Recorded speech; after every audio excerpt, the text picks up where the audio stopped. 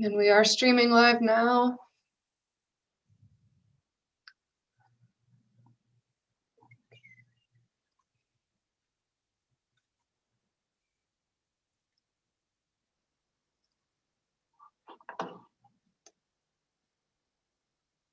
Still have one more minute.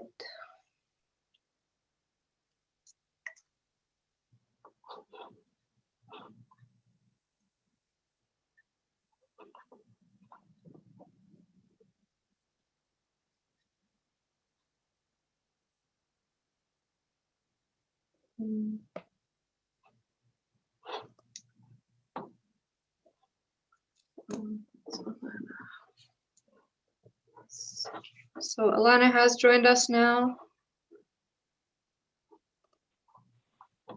I am here. Hello.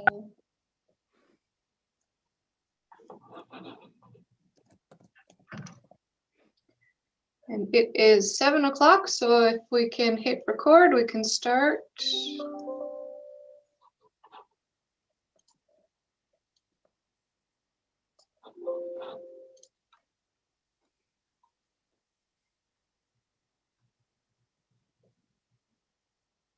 Oh, and I see Councillor McBride is on now as well. Everybody's here. We are recording and live. So with that, at 7 o'clock, we can call to order. Did we have any additions or changes to the agenda this evening? Seeing none. All right. Declaration of conflict of interest or pecuniary interest. And seeing none. Move on to delegations, presentations, or petitions. We do have Hossein Badran with us from the Internet Society this evening to give a presentation on an internet exchange point. So with that, I will hand over to you, Hossein. Natasha, thank you very much for the kind invitation. It's really a great privilege and honor to be presenting this evening to the elected officials or the City Council of Inuvik. That's certainly a great pleasure. I'll be talking about the Internet Exchange Point, the project and its components and its potential benefit, certainly to the Inuvik community and Northern Canada in general. If you can move to the next slide, please. My name is Hossein Badran. I'm Director of Internet Growth and Trust with the Internet Society. I'm based in Ottawa. So if we look into how internet traffic is exchanged between parties, between sending and receiving party. Typically, when we send a file or information over to over the internet, it links through the local service provider to a transit link, and then to the public internet, the huge internet. And then it is once destination is identified, it's switched back to the destination, and this destination can be basically anywhere. And both networks, when you're sending and sending direction and closer to the destination, both will consume what's called transit links. And these transit links, as you see in the slide, are basically capacity that leased by the telecom operator, which has significant expenditure to carry traffic between sending and receiving parties through the internet. Next slide, please. There is a special situation when the sending and receiving party are in the same network, basically next to each other in the same city, same geographical area. And here, basically, there is actually no need to send the traffic over the service provider network, over the transit links, and then being switched again through the public internet and coming back to the destination, specifically when the destination is close by. What we can do is can we identify that the traffic at the sending point, its destination is in the same network. Once we identify this, we can switch the traffic, what we see here at this handshake, to the local destination without losing these transit links or the transit capacity. So this is really a very important point where we can optimize the behavior of the network, and also the transit capacity. Not only it is an expense, but also it adds to the delay so that the traffic has to endure until it's received at the destination. So if we can identify that the sending party and receiving party are both part of the same network, we can really make this decision, and the decision will be to bypass the transit strings and make the traffic through what we see as handshake here, through to the local destination within the same network. And this is the case when we have one sending party and a second receiving party, basically two networks. If we have more networks, three networks, then we call this function peering, where the routing information is being shared. And then this kind of function is called an internet exchange point. That's the purpose of an internet exchange, is to identify the traffic that is local and basically keeping it local and avoid sending the traffic to transit link to the public internet, where there's another inter-exchange point somewhere distant, like in the case for Inuvik, for example, could be to Toronto, could be to Winnipeg, it could be somewhere else, could be in New York, and then there it is switched back to the receiving end, which can be still within Inuvik. So once we have this kind of peering means that we share routing information, that all network have the same view of who is local and who is external. Local traffic is kept local through these peering tables, and external traffic is the only traffic that uses this transit capacity to go to the public internet. So this is basically the function of the internet exchange point. Next slide, please. So if we have then more than two peers, the two IXPs, we basically establish with them this kind of peering function or exchange of routing information. And the entity, the hardware that does this kind of role is called internet exchange point. And its main purpose is really to save in terms of bandwidth on the transit capacity, and also to improve the experience of the end users by eliminating a significant portion of the delay that is endured through the usage of this transit traffic, transit links, and the public internet for local traffic. And all local traffic is kept local. And only external traffic that goes to a foreign destination, a different network, in a different city, for example, then in this case, it has to go through the transit links and public internet and switch there closer to its destination.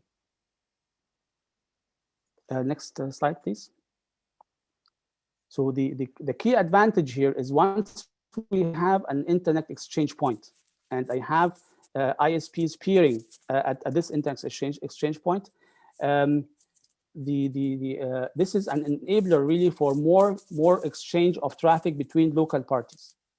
And once the internet exchange point has significant traffic on it, so means local parties are exchanging traffic of it due to its better experience and lower eventual cost, we see here that content providers have now something that attracts them to come and have caching engines close to this internet exchange point, closer to the end user. And it is well known that the closer you get to the end user with the content, the better the performance, the higher the throughput, the lower the delay, and the better user experience is in terms of accessing online platforms, being it for shopping, for different kinds of contents, or for movies, or for education, of course. So for financial services, the closer you bring them to the end user, the better the performance is.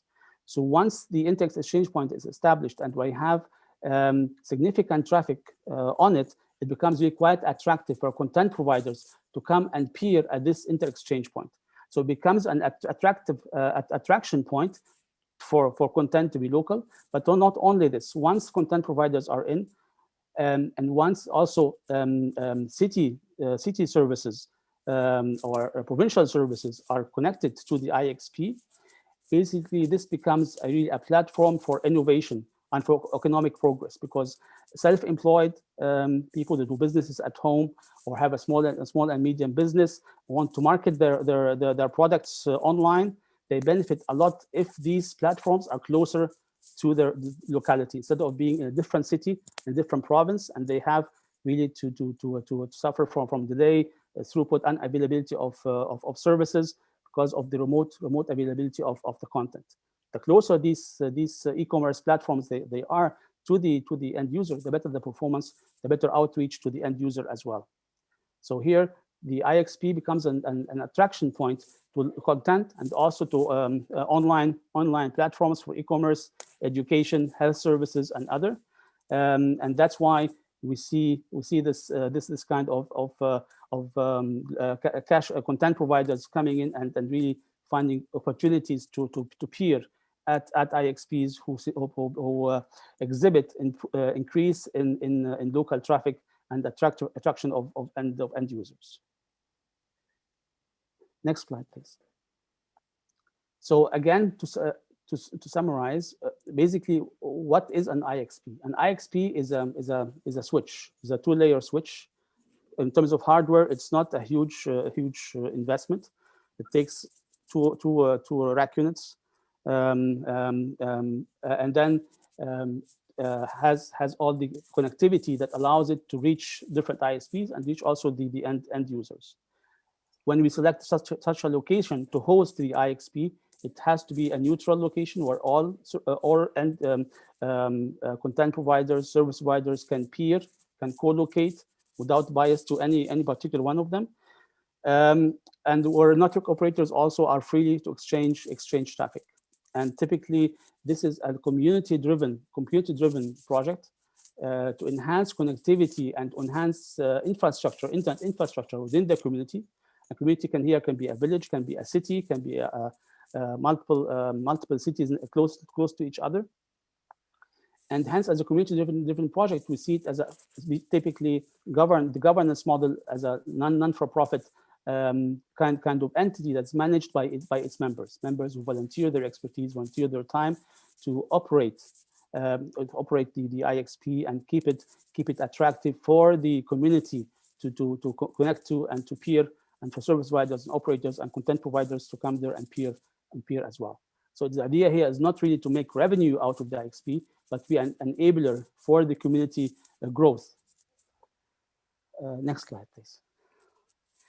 So again, what are the key benefits of the IXP? Key benefit is to keep the local traffic local. There is no need actually for local traffic to traverse transit links and to go to public internet and to be switched by a remote IXP and then come back and have all these kinds of expenses, all these kinds of delays and degradation in performance because there is no local IXP present. We have improvement in performance because we get away with the transit delays, for example. We attract investment because once we see traffic over the IXP increasing, we have cash providers who want to peer at the IXP, and it enables this kind of e-commerce and e-applications to be ready deployed. And the Spark development, as I mentioned, it's a catalyst within the community where not only cash engines peer, but also government services, academic stakeholders, educational institutions, they can all benefit from this kind of improved infrastructure within the community, within the city, and improve resiliency because you have here this kind of sharing of routing information. Once you can't reach a particular entity because of congestion of any reason, the traffic can be rerouted because the local routing information is being shared. So it's another kind of improvement of resiliency of the internet infrastructure inside the city where the IXP is deployed. Next slide, please. As an example, so today in Inuvik, where there's no IXP present today, how is the traffic really routed? How is the traffic really exchanged?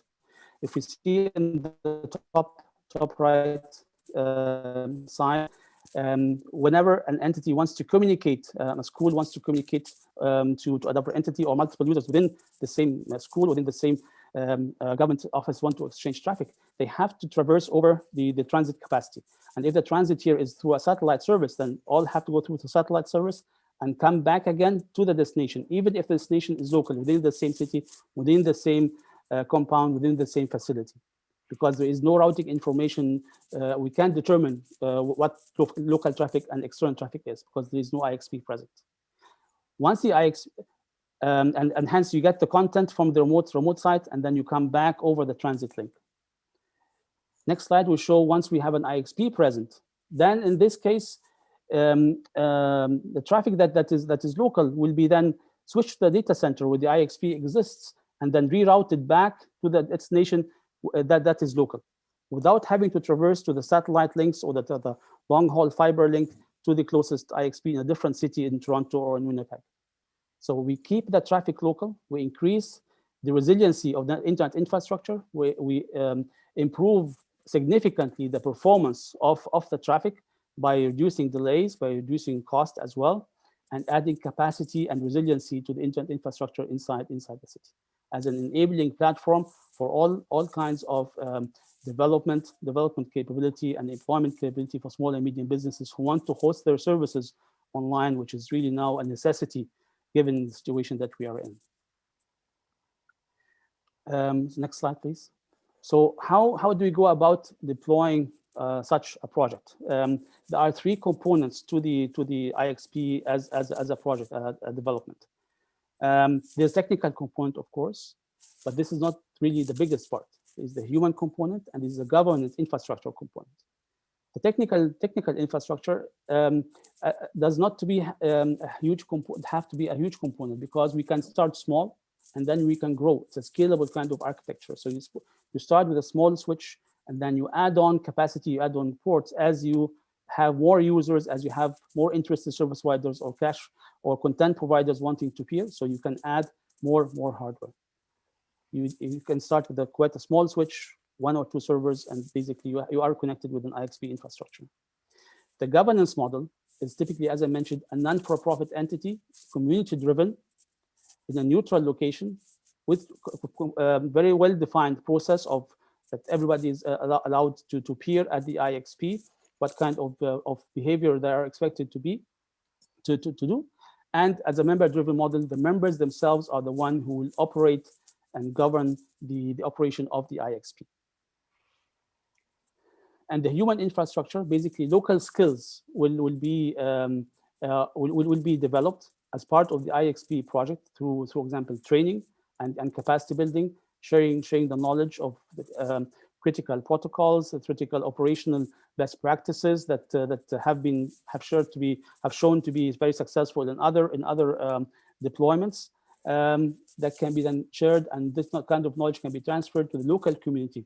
So we have skills development inside the community, not only to operate the IXP, but also, as I mentioned, the IXP will act as an enabler to the e-commerce and e-development infrastructure within the community, within the city and surrounding communities. So these kinds of skills development will have an accelerator effect once the IXP has been deployed, and this kind of enhanced resiliency, enhanced credibility in the infrastructure exists, enhanced performance exists as well. And this can be a sustainable model because you will add expertise, you will add on know-how as you move forward, as more people engage and are more businesses engage as well. Next slide, please. So the one key element is the host facility where the IXP will be hosted, will be located, and it has to be a neutral facility in a convenient location where there is it's possible to reach from different ISPs. There is significant or sufficient kind of connectivity in terms of fiber that is connected to the location. Controlled access, of course, because we want to have control who gets physical access to the hardware, cabinet space, power, of course, with redundancy in case we don't want to have a shutdown of the hardware because of lack of power. So the UPSs or backup power batteries are usually required. Cooling facilities and backhaul, which is really the fiber connectivity from the location of the IXP. Multiple fiber directions are certainly important for redundancy purposes. I wanted to say that thank you. I wanted to say that the IXPs have been in deployment for quite a number of years worldwide, and its impact on the community has been proven many times. And in Canada we have almost 13 or 15 IXPs scattered around the country, different sizes, of course. And we have also in other nations deployment as well. And the Internet Society has had a program for several years now promoting IXP development as part of the internet infrastructure development program. And here is one example of such an engagement that we had for a number of years now. With the example here is in Kenya, in Africa. The key point here is that we did measurements on the impact of the IXP once it's deployed and then several years after its deployment. So we can measure the impact on the community and on the internet infrastructure. This is why the example comes from there. So in latency terms, for example, we see there was significant latency in the order of half a second due to satellite links before an IXP was deployed. Once the IXP was in place and the transit links, these kinds of long-haul links have been abandoned for local traffic, we are talking about very few milliseconds. So an order of improvement of 100 times improvement in latency. The local traffic was before the IXP, no identification of local traffic took place, so local traffic was negligible. Everything had to go to the public internet over the transit capacity and come back. After the deployment, with some years, we saw that we have at least 1 gigabit per second. Today, 3 or 4 years later, we have close to 10 gigabit per second of capacity on this platform. Content. All content before the IXP was hosted outside the country, and it had to go through international links to get the content and come back, even if the destination is local. So you have to go to a different country, typically to South Africa, and come back, even if the station was in the same city. Once the IXP is deployed, has been deployed, and the traffic over the IXP started to increase, meaning service providers were peering, end users were exchanging traffic. Content providers like Google, for example, and then later on Microsoft and Facebook were very, very much interested to come and peer at this IXP. Hence, content became local, and the access to international capacity significantly dropped because of local traffic. For government related services, as an example, was the tax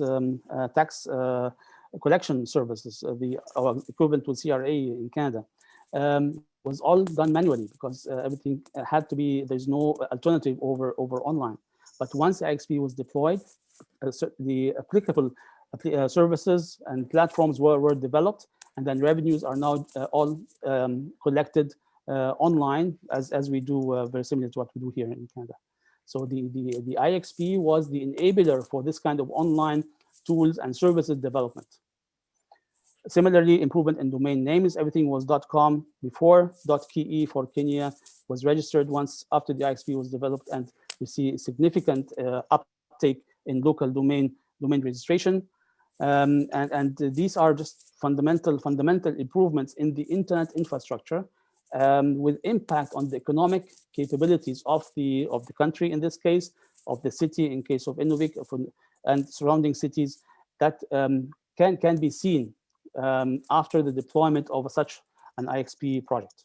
Of course, it takes time. It's not an instant impact. It takes time for traffic over the IXP to grow, for service providers to come and peer and see the benefit. And the more service providers come and peer, the more content providers come and peer over time, the more the benefit to the local economy, to the internet experience, to the end user experience becomes more and more evident and clear. Next slide, I think we are complete. Yes, these are resources that we can that are downloadable from our website, the Internet Society. We have some examples that we are open to share, and there are other partners of ours that have content as well, including Sierra, that have content that can be certainly shared, and to answer provide some background information and examples and best practices. Thank you very much for listening. I'm open to questions. Great, thank you, Hossein. We'll kick it off here. Does anyone have any questions?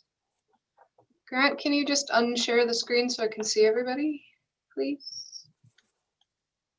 There we go. Councillor Loreen, go ahead.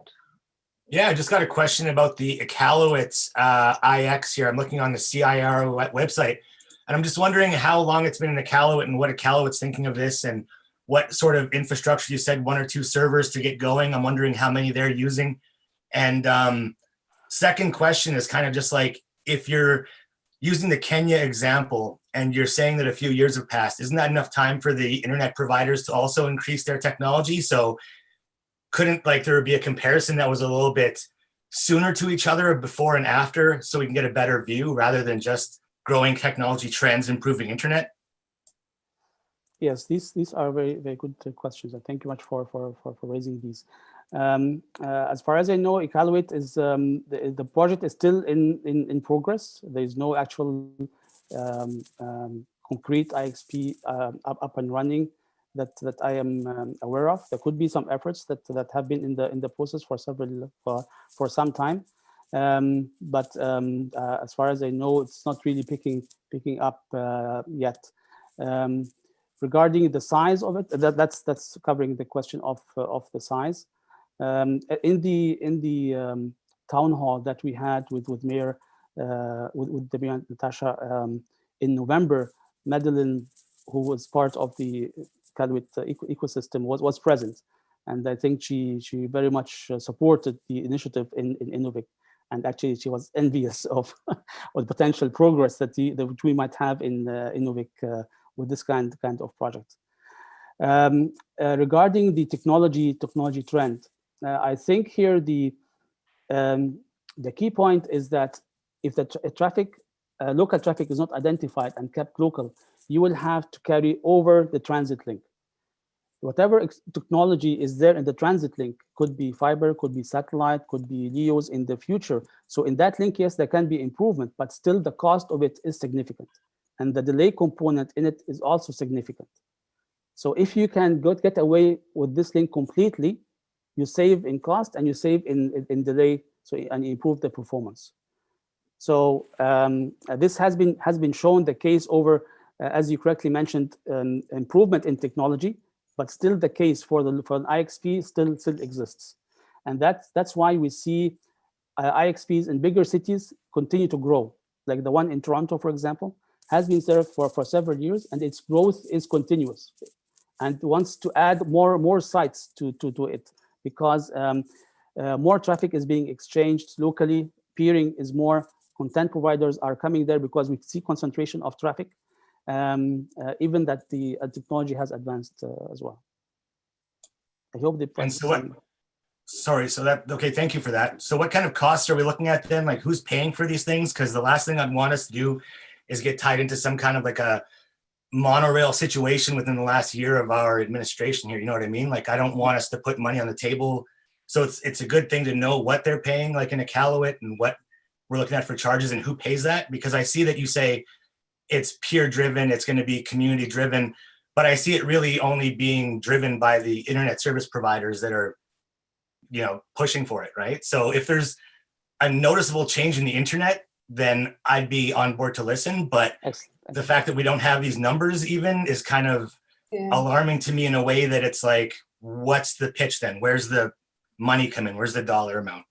If I can just jump in real quick, I don't think Hussein's presentation is to get us to install the IXP. I think it's to provide us the information of what the possibilities are and to get the information out there for those champions who would take it on. So back in November, I was involved in a call with Hussein, which involved folks from New North, folks from the research center, kind of people in town who are involved in tech. And so those would be the champions that we would look to take it up. The town's role, I think, is more in an advocacy and keeping the information alive without committing any dollars. That we know dollars are tight and we don't have that kind of money to commit to. Perfect. Cool. There's some context. Thank you very much. Okay. Yes. Hussein, did you want to add anything there to answer Des's question, or? Yes. Just as a general note, not only for the Inuvik project, but the IXP project in general. One of the missions of the Internet Society as a non-for-profit organization aims to have the deployment and growth of an open, accessible, and trustworthy internet for all. is to promote internet infrastructure evolution. And to this extent, we invest in building IXPs on a global scale. So we help with our partners to provide the hardware that's needed for the IXP. In this case, a switch, a few servers, to be the nucleus of building the IXP. And to the Inuvik IXP in particular, we already provided funding. We already purchased the switch and 3 servers that will be en route now to Inuvik to be installed for the IXP. So this investment has already been taken care of by the Internet Society. And we hope that it can find a good host place, and that the service providers will appear at this location for its successful deployment within Inuvik. As I mentioned, as you mentioned also, Natasha, the key of advocacy, the role of advocacy and promoting this kind of platform for the evolution of and for health improvement of the internet infrastructure in Inuvik is key. And that's where we really rely on you to help us promote this kind of initiative. So hopefully, that answers your question. Sorry, yeah, some context was needed there. I see that for sure.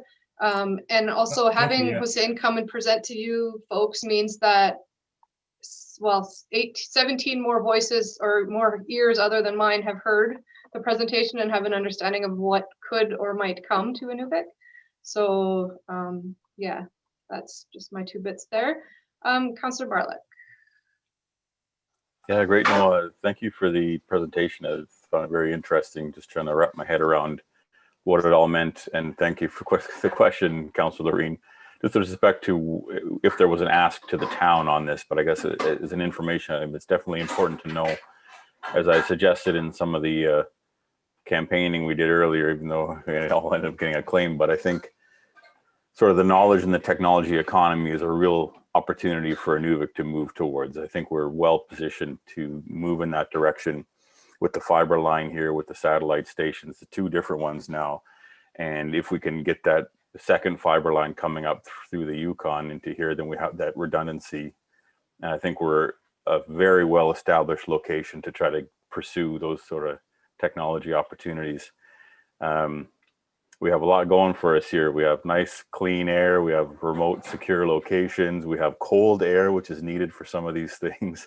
Absolutely. And the one real drawback we have, which maybe we can overcome in different ways, is the cost of power up here is quite high, because these things draw a lot of power if you're getting into data centers and stuff.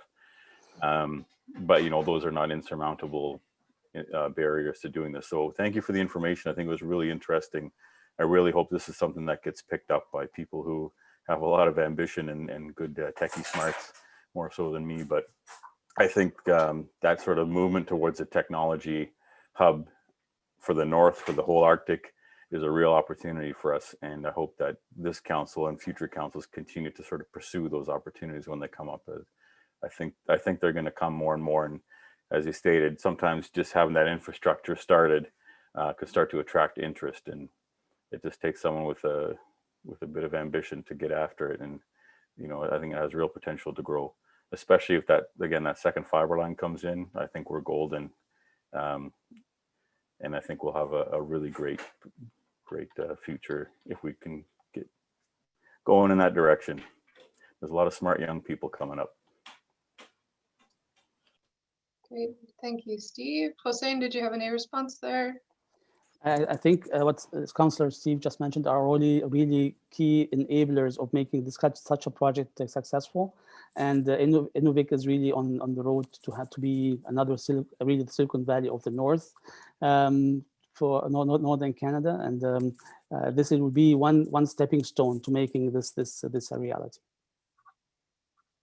Great, thank you. Are there any other questions?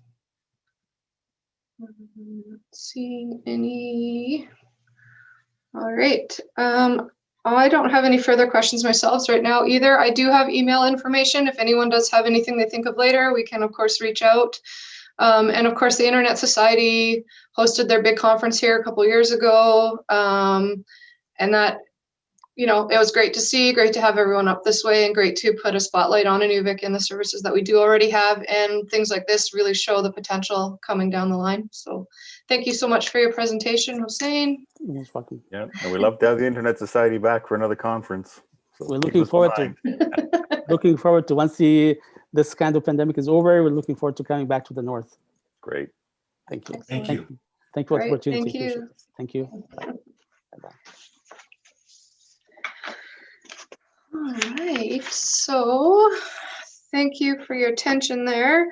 Item 4.2 will be looked after on Wednesday night. It involves the firefighters, and so we'll do some logistical fun stuff, and I will be over there for the first part of the meeting anyway, and then we'll come back and have our vote and all of that. So on to public question period. SAO Hood, were there any questions submitted for this evening? I did not receive any. Okay, thank you. And on to adoption of the minutes. 6.1, the minutes of the January 11 and 13 council meeting. Was there any questions or comments on these minutes? Seeing none. The minutes of the January 14, 2021 Bylaw Review Committee meeting. Questions or comments here? Again, I am seeing none. Thank you. On to 6.3, minutes of the January 19, 2021 Public Works Committee meeting. I'm seeing none. 6.4, the minutes of the November 3rd Rec Parks and Library Advisory Committee meeting. Any questions or comments? Seeing none. And 6.5, the minutes of the December 1st Recreation Parks and Library Advisory Committee meeting. Any questions or comments here? Seeing none, I will provide just a super quick update. Since that meeting, if you read through the minutes, it talks about the survey. We have finalized the survey with the committee and look to see that roll out early February with about a 6-week lead time on it, so that we can collect as much information from residents as we can. And did they secure an online version of it to put out too? We have through our website and systems, we have a survey option available to us, so it'll be run through our town systems. Yeah. All right, so on to the action items list. Any questions on the items this evening?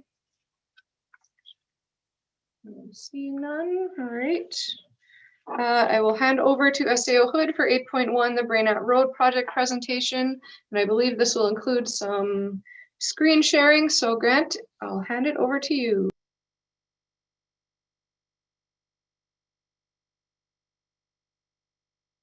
You just muted yourself. Here we go. So thank you, Mayor Kukowski. One of the things that I would like, and that has been discussed over a while, is actually the rehabilitation of Brainat Road. And actually, I think I would like to give council just an update on what the project is, because it entails a fair amount of not just Brainat, but also a little bit of Kingming and Gwich'in. So it's just a very, very brief overview. And if I get lost, I'll be calling on Director Campbell to bail me out. But basically what you have in front of you on the screen is just a general overview of the project. So you can see that it actually isn't just Brainat Road.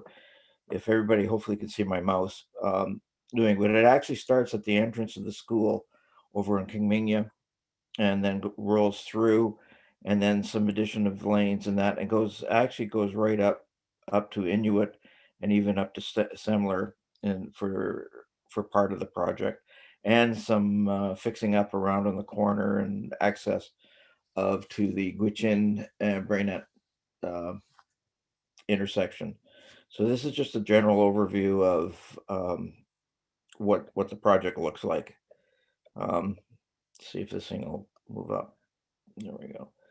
So one of the areas, just to give you an idea of some of the things that we have to do, this is anytime you do any road construction or anything, and you start playing around with widths and things like that, is drainage. So what this screen is showing you is the drainage and some of the things that we're having to do. So the arrows are showing the drainage. So you can see through here, this is a natural way that the water and the drainage comes through, different directions and how it comes down the hill. So what we have though is we are going to replace an existing culvert here with a new culvert, a longer lasting one, and also up in here we'll be putting in a new culvert as well to help with the drainage, improve the drainage of this whole area here. And I think there's one going in here as well. So that'll just help improve all the different drainage that we have in the area. Out of some curiosity, just to show you that we even think of where all the signs are going to be going to be placed. A couple of important areas that you'll see is we are putting over here a lighted crosswalk with a signal. And right now the plan is a lighted crosswalk here to cross over to King Minya. We'll have different signage. If you notice, we have some turning lanes to help traffic flow. Certainly through where we feel that the areas obviously are congested as to people waiting to turn.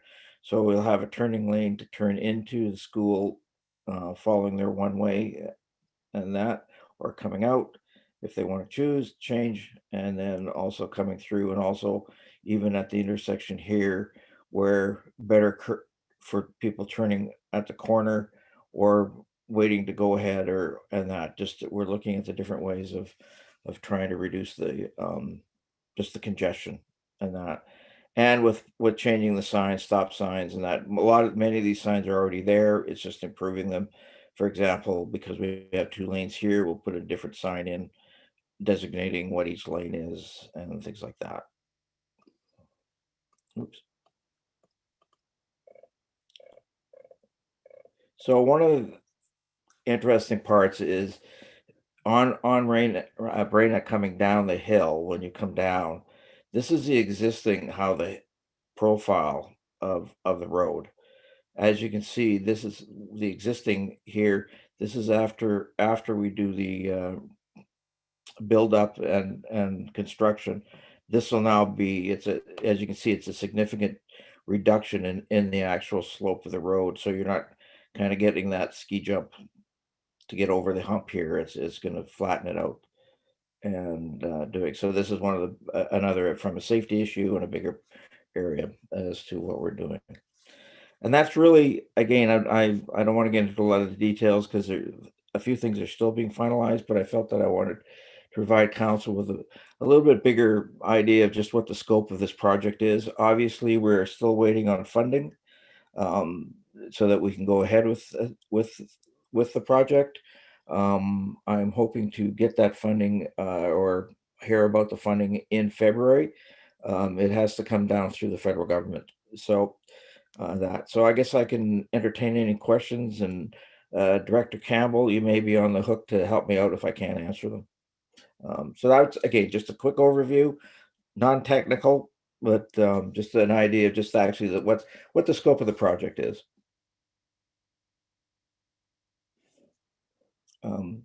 So I forgot to mention this dark area here is sidewalks. We'll be building sidewalks, concrete sidewalks going right up to Semler.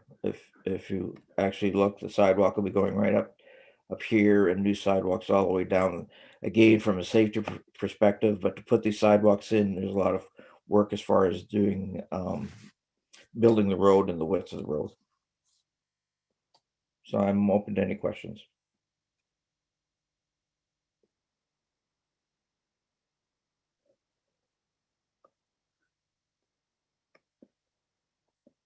Councillor Derelict. Great. Thanks, Grant. Not any particular questions. I think this is a really ambitious plan to upgrade this in a very significant way. And I think it's entirely appropriate that we be so ambitious to do it like this. That school is not going anywhere for a long, long, long time.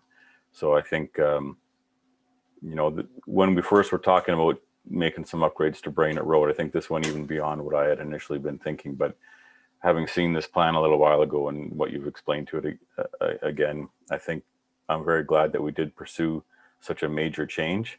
And I hope that we get the funding to do it, because I think it will be a significant improvement to that whole area for the traffic flow and for the safety of the residents that are using and accessing the roadways there. So great job by the team that's working on this, and let's really keep our fingers crossed that we get this funding and get the work going. So thanks for everyone's work on this. It's really great to see it starting to get some movement, hopefully.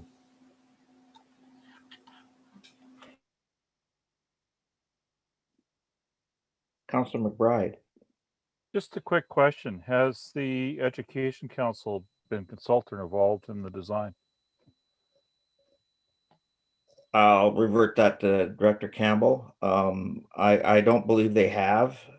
It is based on some information that we have, and go from there. But Director Campbell, I don't believe that was their engineers may have talked to them. I'm not sure.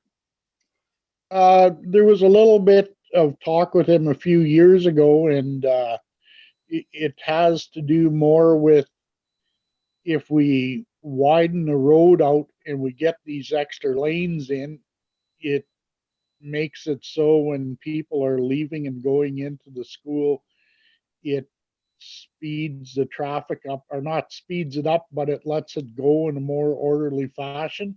Now, if you're coming out of the schoolyard onto Brunette Road and you want to turn left, you can't do it. You have to turn right. So it brings everybody back around. But with these extra lanes and everything, there will be room, and people can do it on a much more easily basis. So I guess the quick answer is we haven't talked to them lately. We haven't, they haven't seen this plan, but hopefully they will like it when they do see it. Thank you.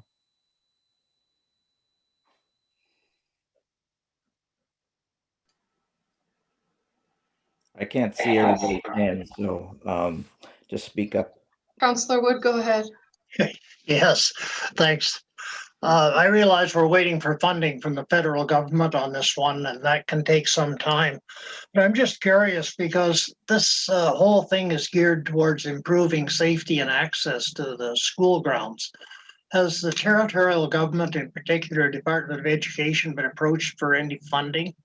I mean, it is improving what they have from what they have now. And I really think there should be a buy-in there. Certainly, we haven't approached them. I'm not too sure if it's kind of under their mandate, even from a safety point of view. I'll remind council, it's taken us how many years just to get EC&E to at least agree on giving money for the playground or the extra ball diamond and soccer field. So getting money out of them for this might be a bit of a stretch, but I can certainly check.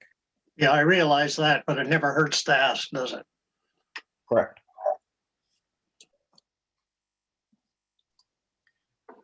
All right, any further questions from council? Not seeing any. Sorry, hello. Oh, hi. Oh, go ahead, Cassidy. I could see at the corner between King Mingya and Brainette. I know that there's a pre-existing sidewalk there, and however, in the design, there's not one that brings it to the road. I'm just wondering about that.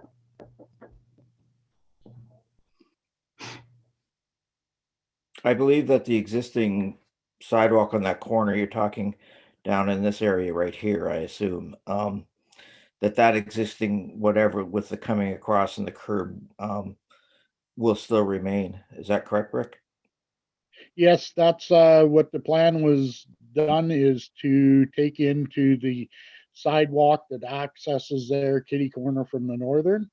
So that's there, and the sidewalk that we built is there. But if you look at the plan, the sidewalks on either side will be redone in that area to take into consideration the widening of the lanes and everything. So yes, we're just not extending the sidewalk all the way down the north side of Brunette from where it comes down to the school ground.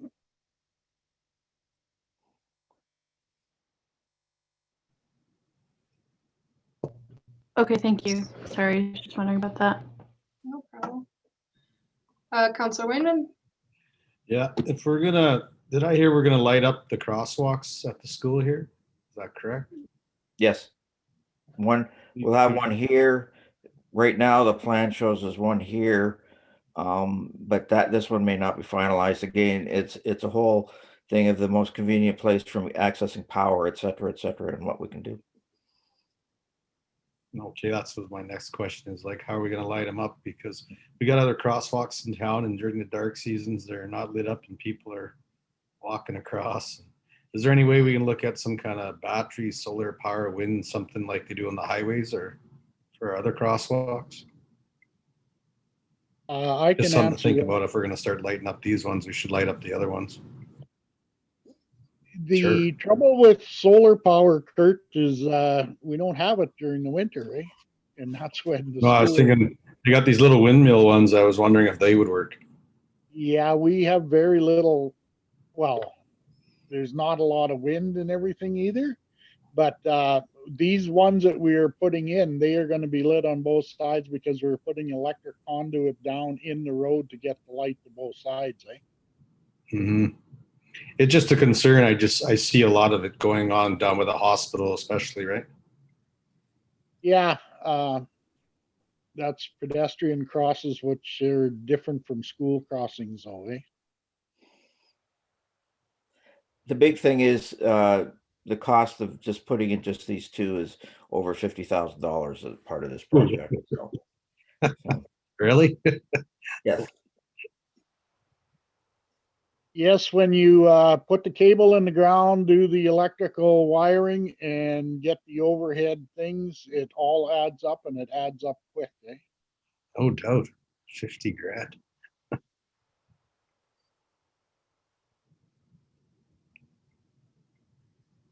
Great, thank you, Councillor Wayman. Any further questions? If there's someone on the phone who wants to speak, just please go ahead and unmute yourself. I am trying to monitor the little raise your hand thing, but I know sometimes it's not easy to access. Councillor Derelict? Yeah, I had one more thing I forgot to mention before. For the areas where we're doing the road widening, are we able to accomplish all that within our existing right-of-ways for the roads, or are we potentially encroaching on any property in those areas that we may have to be talking with the property owners sooner rather than later? We will be encroaching a little bit on the corner by the greenhouse, on the greenhouse side in that one area. That's going to be the only area that we'll be encroaching. And we may look at putting gabions in to lessen that encroachment so that we don't have to talk to anybody. And that's the only area we'll be encroaching on anybody's property. Actually, interestingly enough, there's a lot of people that are encroaching on our property, so. Okay, great, thank you. I'm going to assume that regardless of who's encroaching on who, we will be talking with the people whose properties will be affected, or, you know, whether they're encroaching or we might be. I mean, that's probably a good step. We might be, we have to, so.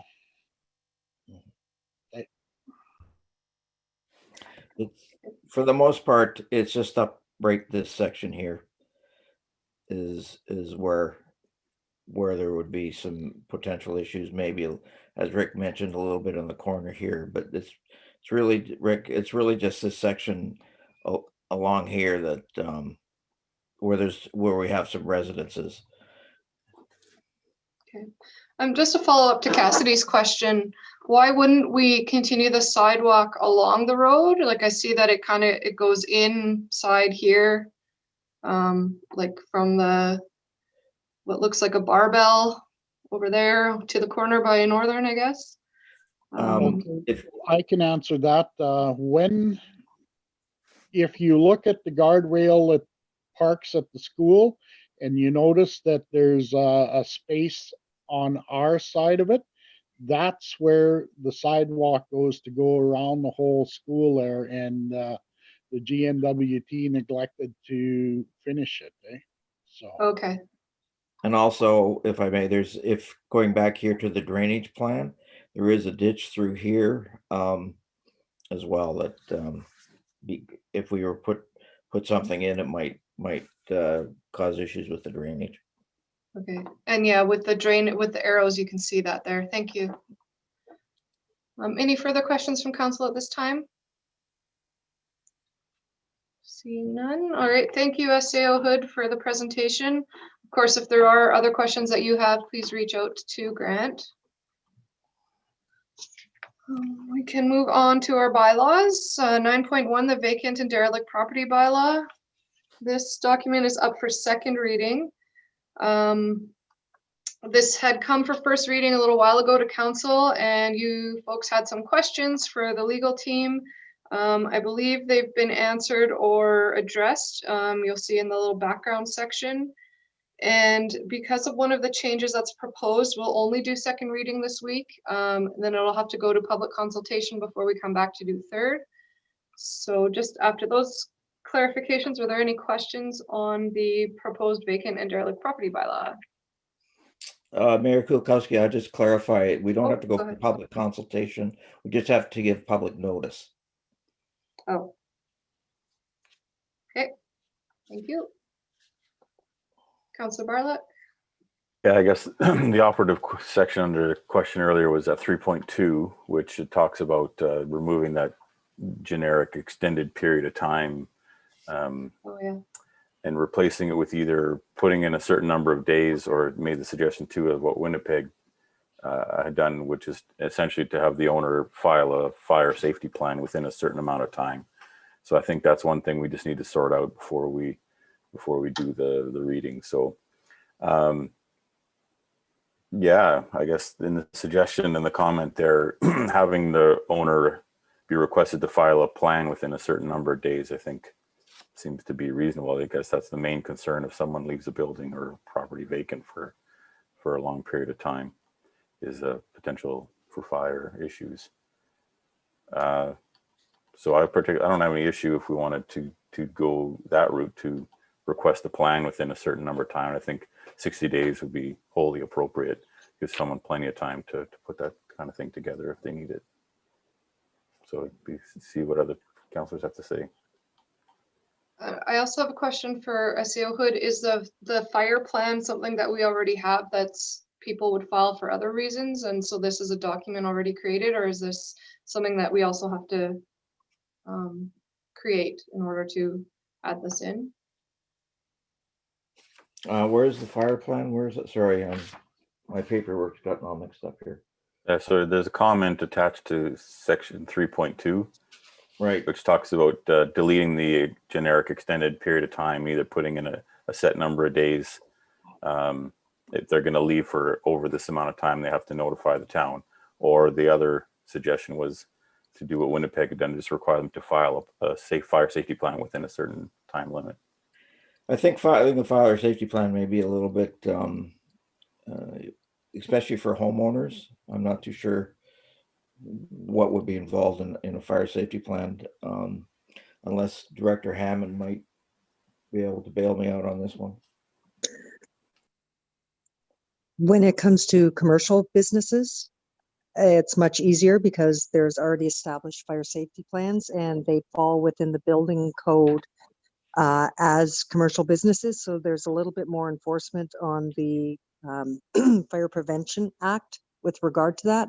When it comes to single family residences that we're talking about, it may be more difficult unless it is actually through our bylaw. So if we are going to have something like that, I believe that we would have to create a fire safety plan and establish criteria that need to be met within the plan. For instance, boarding up windows, access to the building, having somebody watch it, monitor it, that type of thing. I do caution us, if we are going to have a fire safety plan, it's how it's going to be maintained. So if we have somebody who is going to be vacating a building and boarding it up, I'm going to use Talile's Row House for an example. Who's then responsible to ensure that the fire safety mechanisms in there in terms of access or anything like that are maintained? So we do have to put the onus back on the owner. If not, then the onus will be back on the town.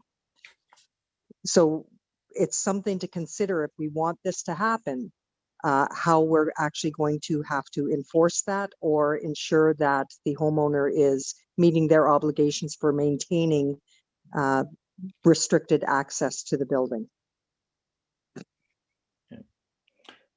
I think from an administration point of view, all we would probably want to see based on the comments is change the wording to their property vacant for a period in excess of 60 consecutive days. I don't think we get into the fire plan given our location and given that most houses are public housing or a majority and things like this. So I would say that Yeah, that makes sense. Sorry, I was mainly focused on, thinking on commercial properties when I was looking at that. So it makes sense for the private residences that wouldn't necessarily be the right way to go. So. And if I might add, the insurance company, if will also have a consideration, and that tends to be the way with single family dwellings. It's not necessarily something that by legislation is enforced, but the insurance company, if you want insurance on the building, you have to have somebody watching the building. You can't just leave it abandoned and that type of thing. Again, some people may not even have insurance on the building, so it would be hard, again, relying on the insurance company to do that as well. So. Just as a primer for everybody, I just want to look up the section real quick. So basically, if you're not aware of the context of what we're talking about right now, would be how many days a person intends to leave it empty for, basically, in order to file. So property owner shall notify the town prior to leaving their property vacant for, if it's 60 days, 90 days, whatever it is, the town will advise the property owner of all requirements. I guess what we also need is a little more direction from administration on is 6 or from Chief Hammond, is 60 days appropriate? Is 30? Is 90? Is 100? What kind of timeline? I mean, really, and from council, what are we considering vacant or derelict?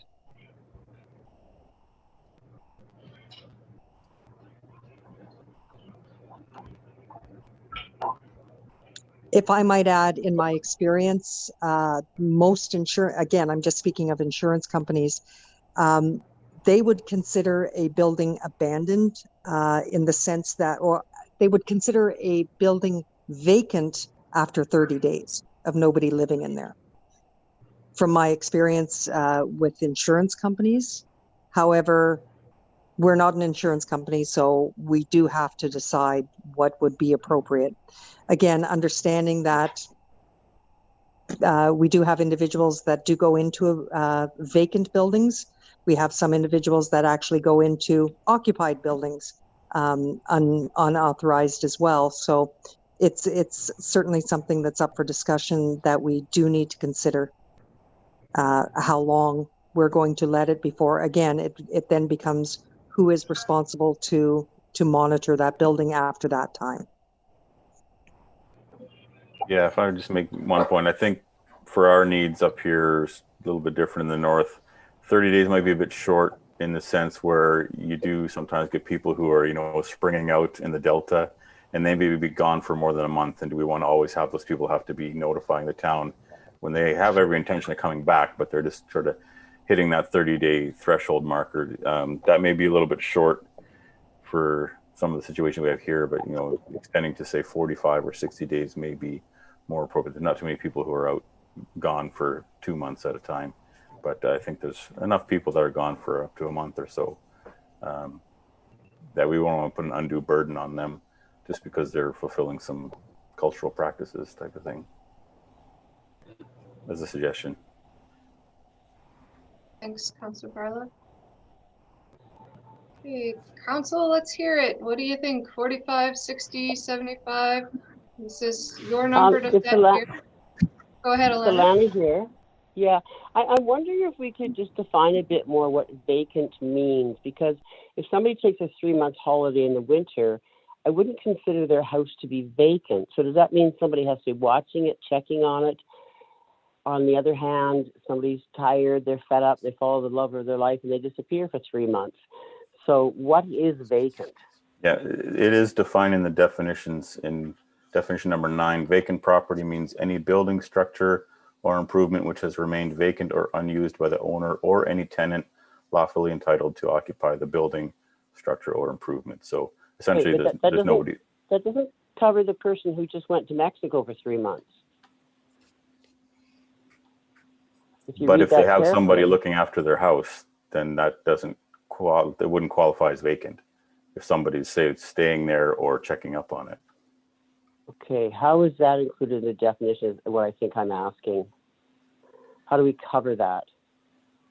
Is vacant or unused by the owner or any tenant lawfully entitled to occupy the building, structure, or improvement. But that doesn't include somebody coming over and checking on it. I mean, I'm not there, I'm not using it, I don't have a tenant. So But do we the need something in person, here to... if they've arranged for someone to check on it, they wouldn't be contacting the town to find out what they have to do to have a vacant property, right? Like it's to find out, like, do I have to board up my windows and all of those things, right? It's not Right, just. no, I understand that. I also don't expect people to be telling us when they're leaving. But my question here, if you read this very literally, it doesn't give any coverage to somebody who says, you know, I've got somebody who's going to go check on it once a day. This is basically, if you're not there and you don't have a tenant, now your property is vacant. You see what I'm saying there? Yeah, I mean, I almost think we need some clause somewhere saying vacant or unused by owner or lawful tenant, but and also not being checked on or something. Something to just make that difference between somebody who leaves town and leaves the house and somebody who's just gone because they spend part of the year out of Inuvik. I'll have to ask SAO Hood to comment there, or. Well, the comment I was going to make in hindsight a little bit is, I believe this is partially left over from the previous bylaws, is what's the intent of this point? Is, do we need to know when somebody leaves? I guess maybe that has to be some food for thought as to if somebody does leave and go away for 2 months type of thing, what's the purpose of them telling us that they're going away? I mean, I guess maybe I have to ask. That's not the context of it, though. It's not that they're going to tell us they're going away for 2 months. They're telling us after 30 days of it being empty, they have to come and file it and have it boarded up and do all the proper things. Right? Like they have that long to tell us that they're leaving, they're boarding up their building. It's not, I'm leaving for 30 days and my house will be empty.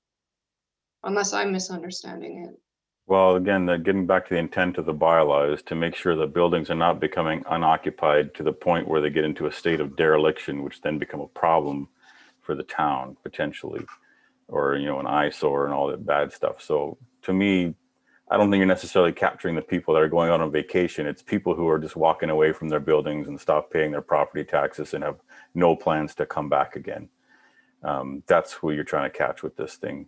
And if you want to extend it out to, you know, 120 days or something longer, because the initial intent was an extended period of time. So then what, generally speaking, what do people think is an extended period of time for someone to be gone unoccupied in a building, you know, that may capture a commercial and or a private residence? And you're going to do 180 days is 6 months. Like, I don't know. Basically, you're trying to get at the people who are not coming back. Councillor Wood, you had your hand up there. Yeah, I agree with what Councillor Barlick has just said. But the other thing that comes to mind is, when do we start the clock on the 30, 60, 90 days if nobody notifies us that they're leaving? So all of a sudden we discover there's a vacant property. Do we start the clock then? I mean, it's open to an opinion really when it comes right down to it. And most homeowners are pretty responsible. They'll notify you. Most of them have somebody looking after their house or a house sitter. So like Councillor Barlick said, it's the one that walks away that we really want to key on this. But my question is, when does the clock start? I'd be interested in hearing what Deputy Mayor McDonald has to say. He's usually pretty good on these things. Thank you, Councillor Wood, no pressure. So really, I think you could solve a lot of problems just by calling it a seasonal closure or a final closure. I don't know why we're worried about 40, 60, 80 days. If they're leaving, they're leaving. And a seasonal closure, that pretty much encompasses several months worth of time, and that's where I would stand on that.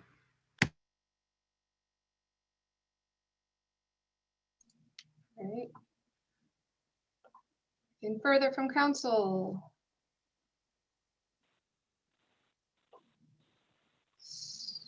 It's Alana here again. Yeah. I think if we went with something like a seasonal closure, that would be easily challenged in court, because what is a season? There does need to be a timeline. I think the other thing to keep in mind is we've got abandoned buildings by people who have not left town. They're still here. They've just left the building.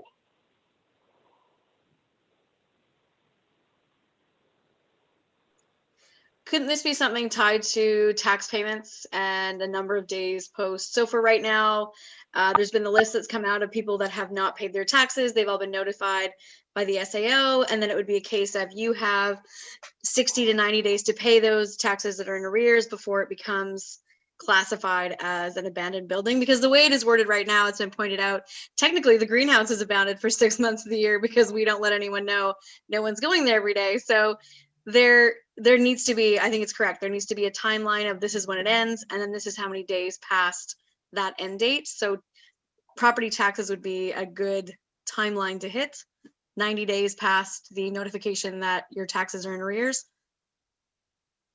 I don't think we could do that, and because then you also have the cases of some people are on a monthly payment plan, so theoretically they do get 90 days in arrears, but it's because they're on a monthly payment plan.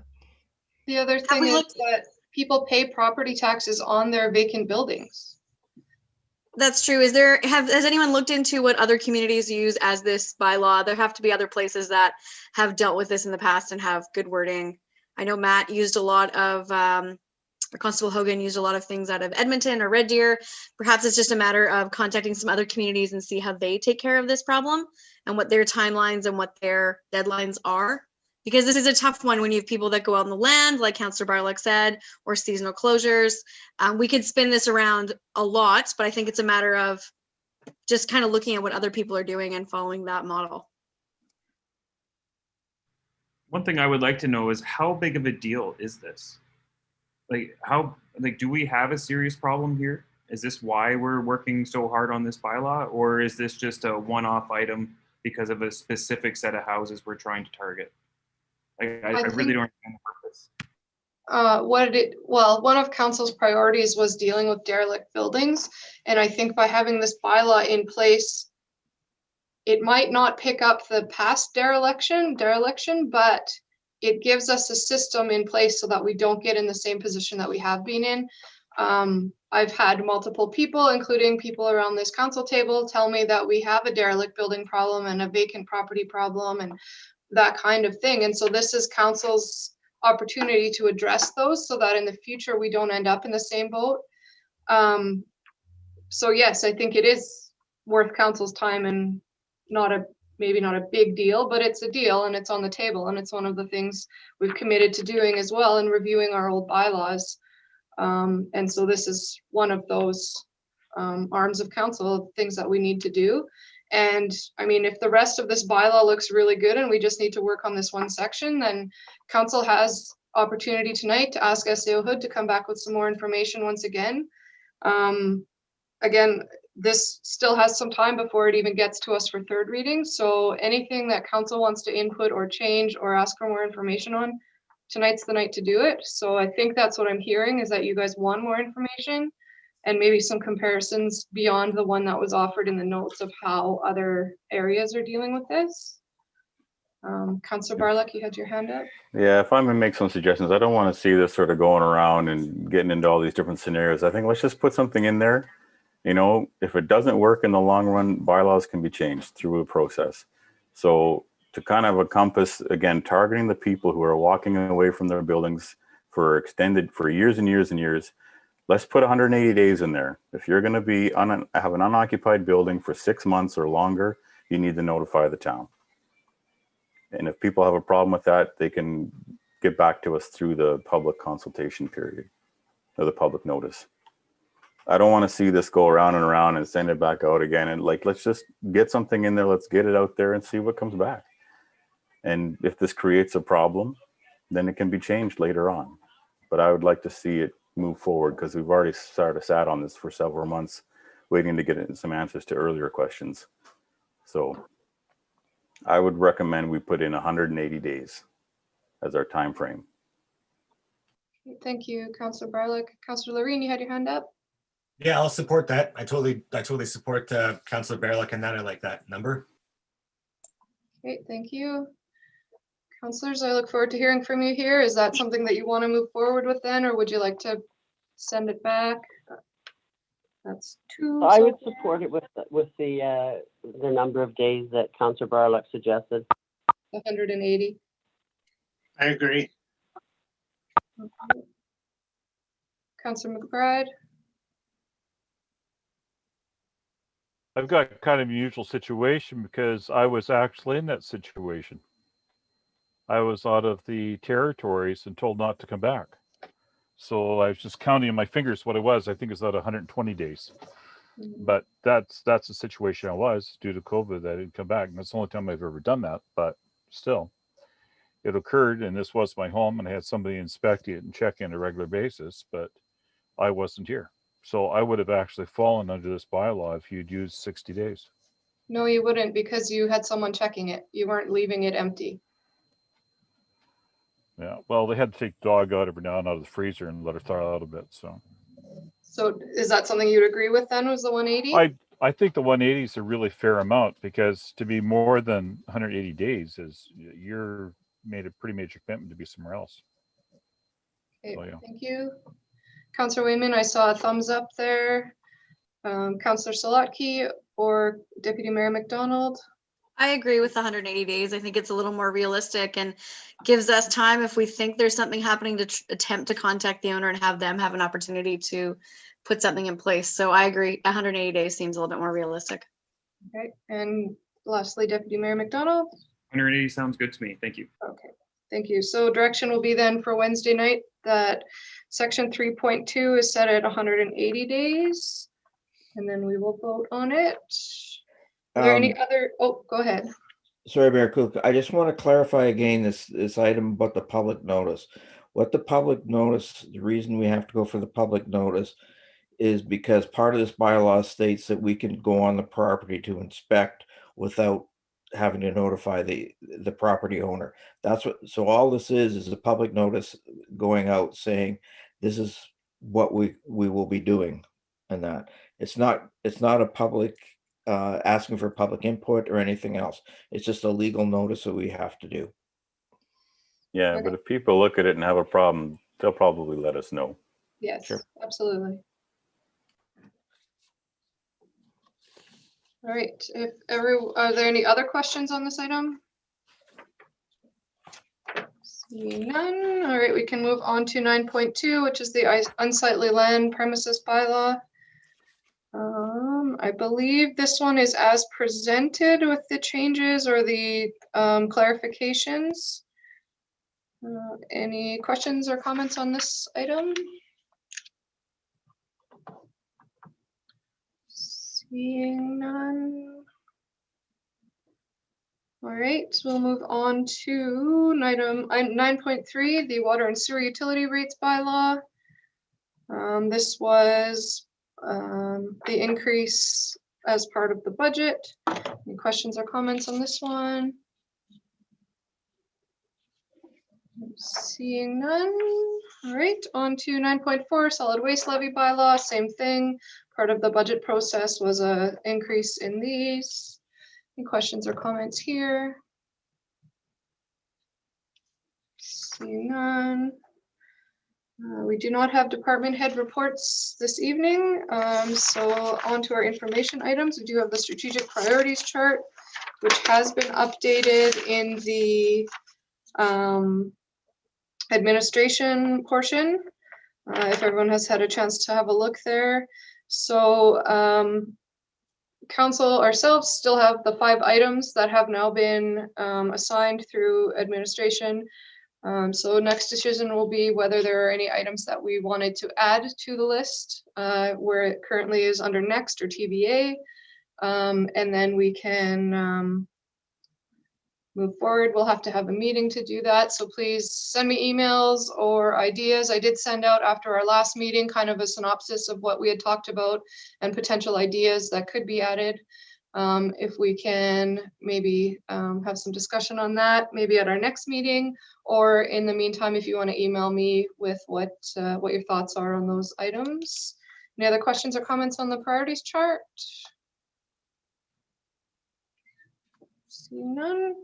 And on to item number 12, council concerns. Are there any concerns this evening? Councillor Wood. Yes, downtown, we seem to have a parking problem in front of Quick Stop. Personally, I think it should be changed to parallel parking. Right now, we have trucks parking there taking up half of one side of the street. It's becoming a real hazard. So maybe that's something that should be looked at. I believe Quick Stop owns the property as far as where the parking is now, so it may require some consultation with them, but it's definitely a hazard. I'm sure you've all seen it as you drive by or try to avoid the trucks parked there. Yeah, my understanding, and please correct me if I'm wrong, either SAO Hood or Director Hammond, is that that is actually supposed to be a small vehicle parking, not truck parking in front of there. Mm-hmm. And I don't know if that's a bylaw or if that was the previous owner's kind of There are thing. signs there which restrict the size of vehicles. Okay, But so I would ask I don't SAO think Hood anybody- or I don't think anybody Hammond. pays any attention to them. Because it's never been enforced.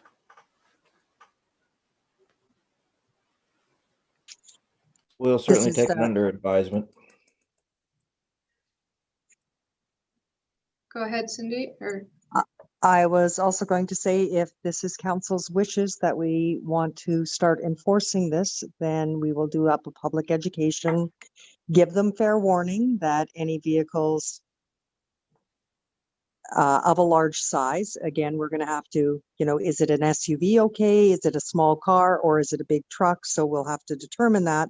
And from there, I can ask the peace officer to start enforcing it once we provide some public education to people. great, thank you. It's Alana here. Go ahead, Somebody who Alana. works right across, I work right across from there, and I don't think it's the issue of how the angled parking. The issue is people not angle parking and having big trucks. So really, they shouldn't have their big truck there. It's as simple as that. That's our problem.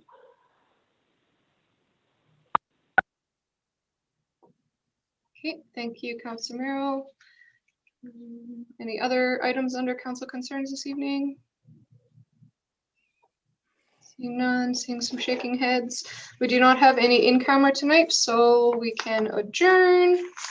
We will see you back here on Wednesday. Thank you very much for your time this evening. Good evening, everybody. Right. Good night, everybody. Thank you. Bye-bye. Right. Good night.